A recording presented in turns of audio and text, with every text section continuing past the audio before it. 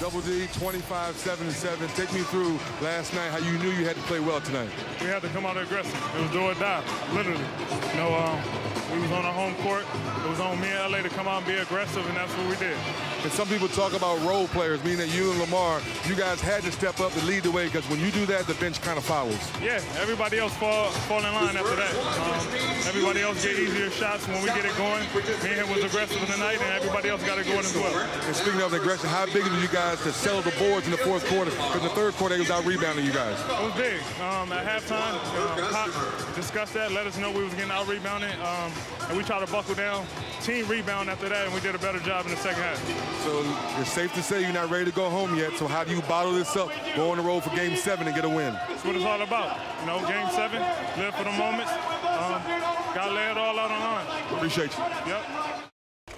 DeRozan, 12 of 16 from the field, again, 9 of 11 from the mid-range. How good was he tonight? Man, he was big time, and he was key, and he really did it in the second half. When everything was on the line and the season was in the balance, DeMar Derozan stepped up. And we know what he does in the mid-range. He's one of the best mid-range assassins that we have in the league.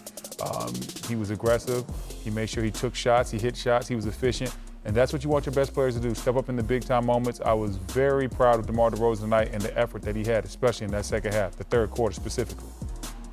Yeah, he really got it going, and he was attacking, aggressive, playing with confidence. And then the third quarter, as you said, they were feeding off that. Obviously he was scoring baskets, but like right here, he made something out of nothing right there, splitting that double team off the spin, really had it going, was feeling good. And that's what you needed. You need that. You need in these situations your stars to step up. Aldridge was good in the first half. But DeRozan there, that was vintage DeMar Derozan at his best. And just almost sort of, imposing his will, saying, look, I am not going to let this slip away from us. We're going to extend this series. And the question now for him and for Aldridge, can they go and do that on the road in Denver? That's what will be needed even more so in a Game 7 on the road where your stars must come ready to play and deliver. Well, I mean, as a team, can they get anywhere near this kind of performance offensively? They scored 30 more points than they did back in Game 5. They didn't take outrageous numbers of shots, DeRozan or Aldridge. So was it better quality of shots or just better executed shots tonight?